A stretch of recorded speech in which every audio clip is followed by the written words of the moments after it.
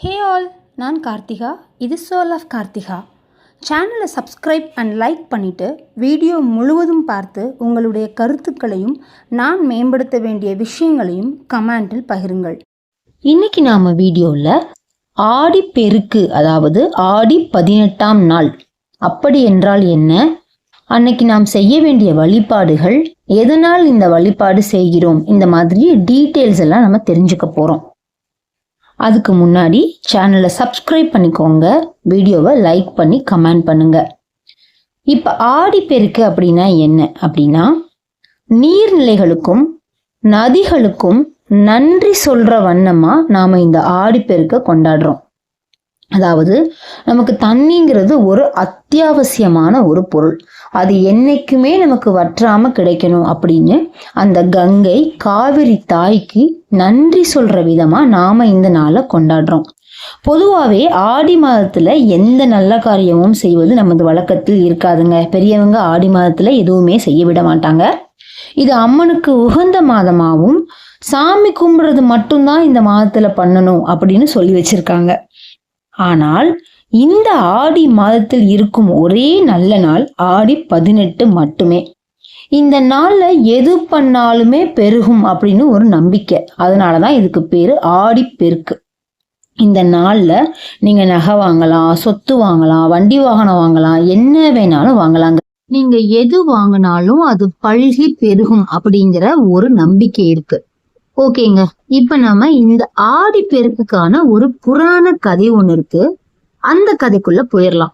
அது என்ன கதைனா, காவிரி தாய் அவதரித்த அதிசய கதை. எப்படி காவிரி தாய் பூமியில வந்தாங்க அப்படிங்கிற ஒரு கதை தாங்க. ரொம்ப இன்ட்ரெஸ்டிங்கா இருக்கும். வாங்க நாம இப்ப கதைக்குள்ள போலாம். குழந்தைங்க பக்கத்துல இருந்தா இந்த கதையை கேட்க சொல்லுங்க. கண்டிப்பா அவங்க எல்லாம் தெரிஞ்சுக்கணும். ஒரு நாள் நம்ம ஏன் கும்பிடுறோம், ஒரு சாமியை நாம ஏன் கும்பிடுறோம்னு சொல்லி நம்ம தெரிஞ்சுக்கிறது நம்மளோட கடமை. அகத்திய முனிவர் அப்படின்னு சொல்லிட்டு ஒரு முனிவர் பல யுகங்களுக்கு முன்பு தென்னாட்டில் தவம் செய்து கொண்டு வந்தார். அவர் கங்கா தேவியின் ஓர் அம்சமான காவிரி தாய தன்னோட கமண்டலத்துல வச்சுக்கிட்டார். அந்த டைம்ல பூமியில ரொம்பவே வறட்சிங்க, மக்கள் தண்ணீருக்காக ரொம்ப கஷ்டப்பட்டிருக்காங்க. அப்ப தேவர்கள் போய் அவரிடம் வேண்டுகோள் வச்சிருக்காங்க, முனிவரே, உங்க கமண்டலத்துல உள்ள அந்த புனித நீரான காவிரிய பூமிக்கு கொடுங்க, மக்கள் எல்லாம் கஷ்டப்படுறாங்கன்னு. அப்ப அவரு, எனக்கு எப்ப இந்த தண்ணிய கொடுக்கணும்னு தெரியும் அப்படின்னு சொல்லிட்டு தவம் செய்ய போயிட்டாராம். அப்ப விநாயகர் என்ன பண்ணிருக்கானா, மக்கள் கஷ்டப்படுறத பார்த்துட்டு அவங்களோட நலனை கருதி ஒரு பறவையா மாறி, ஒரு காகமா மாறி அந்த கமண்டலத்துல இருந்த தண்ணிய தள்ளி விட்டுட்டாராங்க. பறந்து போய் அந்த பானையில உட்காந்து அவர் தவம் பண்ணிக்கிட்டு இருக்கும் போது பானைய கீழே தள்ளி விட்டுட்டாராம். அந்த பானை தள்ளுனோன்னு அந்த பானைக்குள்ள இருந்து ஒளிரும் தெய்வீக பெண்ணாக காவிரி தாய் தோன்றிருக்காங்க. அது மட்டும் இல்லாம அவங்க அகத்தியர் முனிவர்கிட்ட போயிட்டு, நான் பூமியில பாய்ந்து மக்களுக்கு உயிர் அளிக்க வேண்டும், எனக்கு அந்த வரத்தை கொடுங்க அப்படின்னு சொல்லி அவங்க கேட்டிருக்காங்க. உடனே அகத்திய முனிவர், நீ போறதுக்கான காலம் வந்துருச்சு, நீ நல்லபடியா போய் அங்க இருக்க மக்களை காப்பாத்தி தென்னாட்டை செழிப்பாக்கி பாவங்களை போக்கும் புனித நதியாக இருப்பாய் அப்படின்னு சொல்லி அவங்களுக்கு அருள் கொடுத்திருக்காரு.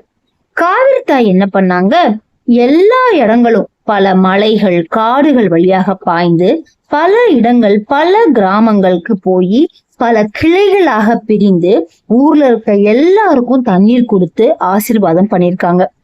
மக்கள் எல்லாரும் தண்ணி கஷ்டம் தீர்ந்து ரொம்பவே மகிழ்ச்சியாக இருந்த அந்த நாளதான், அந்த காவிரி தாய் அவதரித்த நாளதான் நம்ம ஆடி பெருக்குன்னு சொல்லி நீர்நிலைகளுக்கும் நதிகளுக்கும் நன்றி சொல்லி நாம கும்பிடுறோம்.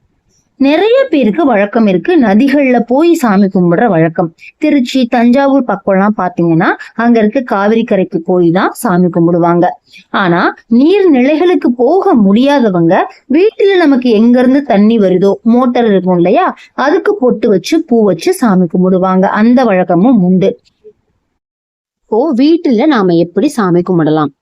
ஒரு சொம்பு எடுத்துக்கோங்க. அந்த சொம்பு காப்பராவோ இல்ல பித்தளையாவோ இருக்கணும். அந்த சொம்பு ஃபுல்லா தண்ணி நிரப்பிக்கோங்க. அந்த தண்ணியில கொஞ்சம் மஞ்சள் தூள் போட்டு கொஞ்சம் பூ போட்டு அந்த சொம்ப நீங்க காவிரி தாயாகவோ இல்ல கங்கையாகவோ நினைச்சு மனசுல பிரார்த்தனை பண்ணிக்கோங்க. உங்க வீட்டுல நார்மலா விளக்கேத்தி பழங்கள் வச்சு பால் நைவேத்தியம் வைக்கலாம். சக்கரை பொங்கல் செய்ய முடிச்சா சக்கரை பொங்கல் செய்யலாம், அது ரொம்பவே விசேஷம். அதை செஞ்சு வச்சு, அம்மா காவிரி தாயே நீ எங்க வீட்டுக்கு எப்பயுமே இருக்கணும், எங்களுக்கு என்னைக்குமே வற்றாம நீ எங்களுக்கு நீர் தரணும்னு சொல்லி வேண்டிக்கோங்க. சில இடங்கள்ல என்ன பழக்கம் இருக்கும் அப்படின்னா, வெள்ளை நூல்ல மஞ்சள் தடவி அதை மஞ்சள் கைத்தா ஆக்குவாங்க. வீட்டுல எத்தனை பேர் இருக்காங்களோ அவங்களுக்கு ஏத்த மாதிரி அதையும் பூஜையில வச்சு கும்பிட்டு, பெண்கள் அதை கழுத்துலையும் ஆண்கள் அதை கையிலையும் கட்டிப்பாங்க. 3 நாட்களோ 5 நாட்களோ கழித்து அந்த கைத்தை அவுத்து அதை ஒரு மரத்து மேலேயோ இல்ல கால்படாத இடத்துலயோ போடுற வழக்கம் இருக்கு. எங்க வீட்டுல நாங்க அப்படிதான் சாமி கும்பிடுவோம். எங்களுக்கு மஞ்சள் கயிறு வச்சு சாமி கும்பிடுற வழக்கமும் இருக்கு. நிறைய பேர் இதை பின்பற்றுவாங்க. நீங்க உங்களுக்கு பழக்கமா இருந்தா அதை பின்பற்றிக்கோங்க. இப்போ எந்த நாள் கும்பிடணும், எந்த டைம் கும்பிடணும்? ஆகஸ்ட் 3ஆம் தேதி திங்கட்கிழமை ஆடி 18 அன்னைக்கு காலையில பூஜைக்கு தேவையானது எல்லாத்தையும் எடுத்து வச்சுக்கோங்க. தாலி கயிறு மாத்துறவங்க புது தாலி கயிறு எல்லாத்தையும் எடுத்து ரெடி பண்ணி வச்சுக்கோங்க. பொதுவாக ராகு காலம் யமகண்டம் இல்லாத டைமில் எந்த ஒரு பூஜையையும் தாலி கயிறும் மாற்றுவது நல்லது. அப்படி பார்க்கையில் நமக்கு காலையில் நேரம் என்ன வருதுன்னா 9:15 முதல் 10:20 வரை காலையில் தாலி கயிறும் மாற்றிக்கொள்ளலாம். பூஜை முறையும் நீங்கள் பின்பற்றி கொள்ளலாம். சில பேருக்கு இலை போட்டு படைக்கும் பழக்கம் இருக்குது. அவங்க மத்தியானம் 12:30 மணி முதல் 1:30 மணி வரை உள்ள டைமையும் நீங்கள் எடுத்துக்கலாம். ஏன்னா நீங்கள் எல்லாத்தையும் சமைச்சு ரெடி பண்ணி பூஜை பண்ணுறதுக்கு அந்த டைம் உங்களுக்கு கரெக்டாக இருக்கும்.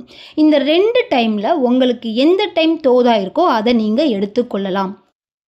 நீங்க காலையில கும்பிடுறதாங்க வழக்கம். எப்பயுமே ஆடி பேருக்கு நம்ம காலையில தான் கும்பிடுவோம். அதனால அன்னைக்கு ஒரு நாள் சிரமம் பார்க்காம சீக்கிரமா எந்திரிச்சு காலையில சாமி கும்பிடுங்க, அது மிகவும் நல்லது. சில பேருக்கு தாலி கயிறு மாத்துற வழக்கம் இருக்கு.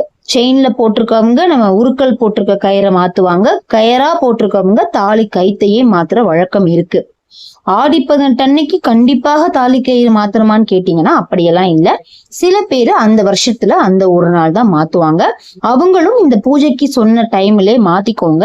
பொதுவாவே தாலி கயிறு அப்படிங்கறத இறங்கு பொழுதுல மாத்தக்கூடாதுன்னு பெரியவங்க சொல்லுவாங்க. அதாவது மாலை மாற்றக்கூடாது. அதனால காலையில நான் சொன்ன அந்த 7:45 முதல் 8:45 வரை உள்ள நேரங்கள்ல நீங்க தாராளமா மாற்றிக்கொள்ளுங்க. எல்லோரும் உங்க வீட்டுல நீர்நிலைகளை நினைத்து நதிகளை நினைத்து சாமி கும்பிட்டு என்னைக்குமே வற்றாத குன்றாத நீரை பெற வேண்டும் என்று நானும் வேண்டிக் கொள்கிறேன். மீண்டும் அடுத்த பதிவில் சந்திப்போம். நன்றி.